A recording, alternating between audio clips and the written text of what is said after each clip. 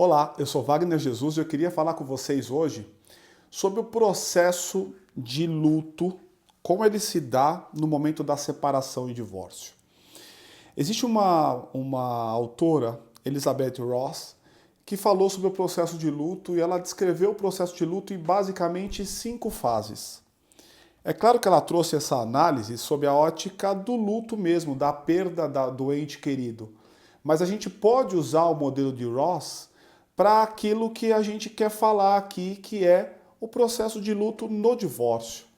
Eu posso, inclusive, entender o divórcio como sendo também um momento de perda, um momento em que eu sou afastado daquilo que era o meu objeto amado, daquilo que era o meu ser amado de alguma maneira. Não é um processo fácil, mas é um processo que, se nós entendermos basicamente que ele é um processo e quais são as suas etapas, talvez fique mais fácil para você assimilar e passar por ele.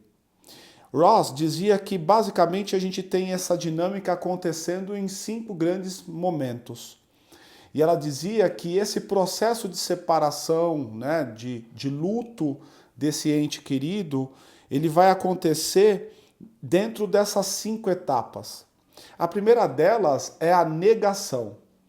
É aquele momento em que eu me recuso a aceitar que aquela realidade está posta. Eu me recuso a aceitar que agora eu estou num processo de divórcio. É na negação que a gente se agarra na esperança de reatar aquela relação. É na negação que a gente se junta com todas as nossas forças para que aquela realidade não se materialize. Então nós temos dificuldade num primeiro momento de dizer, putz, é verdade, eu estou aqui diante de um processo de separação. Uma pessoa que está nesse lugar, ela se recusa a acreditar que o relacionamento acabou. Então ela se recusa a enxergar a realidade dos fatos. E ela espera que esse parceiro volte para o modelo tradicional, para o modelo em que eles estavam. Porque naquele momento, naquela circunstância, ela prefere não enxergar a realidade, por isso a negação. No segundo momento, Ross dizia que a gente tem um processo chamado raiva. Na raiva é o momento em que a gente já se deparou com a realidade da situação, que é, de fato, eu me separei, só que eu tenho raiva, que é uma relação poderosa contra esse ex-parceiro. É o momento em que eu não acredito que aquela realidade pode acontecer e eu falo, como é que pode? Eu doei a minha vida inteira, me sinto injustiçado diante daquela situação, naquela circunstância. Então, normalmente, a título de exemplo também, a pessoa ela passa a sentir raiva porque o ex-parceiro terminou e ela o culpa pelo processo. É no momento da raiva que você fica buscando na tua memória ou na tua experiência de vida com essa pessoa situações que comprovem que ele fazia errado. É mais ou menos assim, eu não gosto dele porque ainda bem que terminou aquele idiota, porque ele não era bom de cama, ou porque ele era feio, ou porque ele não tinha atitude, ele ou ela, aqui no sentido amplo da palavra, né? Então, no momento da raiva, é um momento onde essa emoção, chamada raiva, toma conta. E todo mundo que passou pelo processo de separação e divórcio, seja de um namoro ou de um divórcio, a pessoa também passou por esse processo de raiva. Seja ela como a pessoa que sentiu raiva ou aquela que, de alguma maneira, foi a que separou e, portanto, ela era objeto de raiva do outro. A terceira etapa é o que a gente chama de barganha. O que é a barganha? É uma fase em que a gente tenta negociar, porque a gente tem uma esperança de reverter aquela situação. É na barganha que, por exemplo, eu me pego pensando, e se? E se eu tivesse feito assim? E se eu tivesse olhado mais? E se eu não tivesse deixado acontecer? E se eu tivesse me entregado mais? Então, a gente tenta a todo custo barganhar com o outro a sua permanência, o seu momento de estar aqui nesta relação comigo. A barganha ela é um momento bastante importante na dinâmica do luto, porque ela fala muito sobre o teu processo de não aceitar o outro. Ela fala muito sobre o meu processo de entender que o outro tem uma opinião diferente da minha. Então eu tento barganhar. É nesse momento, por exemplo, que a pessoa começa a prometer coisas. Então eu vou mudar, eu vou fazer diferente, eu vou ter uma nova realidade. Tudo aquilo que eu não fazia e que você reclama, tudo isso agora eu vou fazer. Por quê? Porque eu estou barganhando com essa pessoa. Só que aí, em algum momento, ela percebe que não tem como, porque a relação de fato acabou. Não há mais para onde ir, não há o que fazer. É quando ela entra na quarta etapa, que é a etapa que a gente chamou de depressão. O que é a depressão? É quando eu entro numa profunda tristeza. É quando eu entro num buraco negro de pensar que aquilo de fato é real e que não tem mais o que fazer.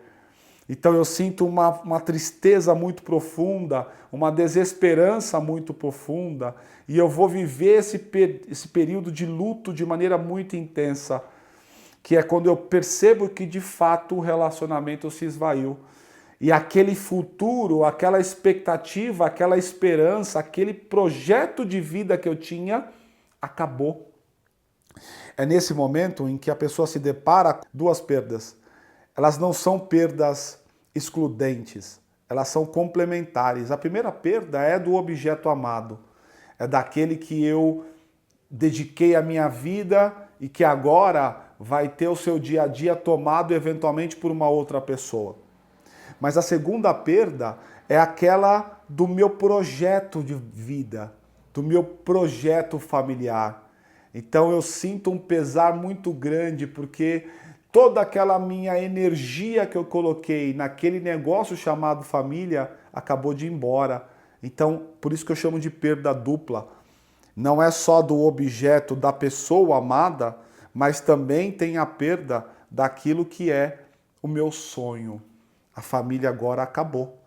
Aquela família doriana que eu tenho ali, que eu tinha de expectativa do papai, da mamãe, do filhinho, daquela coisa toda, foi embora. Só que é apenas na quinta etapa desse processo como um todo, que o Ross chamou de aceitação, em que a gente de fato cai na real que aquilo é uma realidade que está posta. Só que para que a gente cheguemos nela, demanda tempo.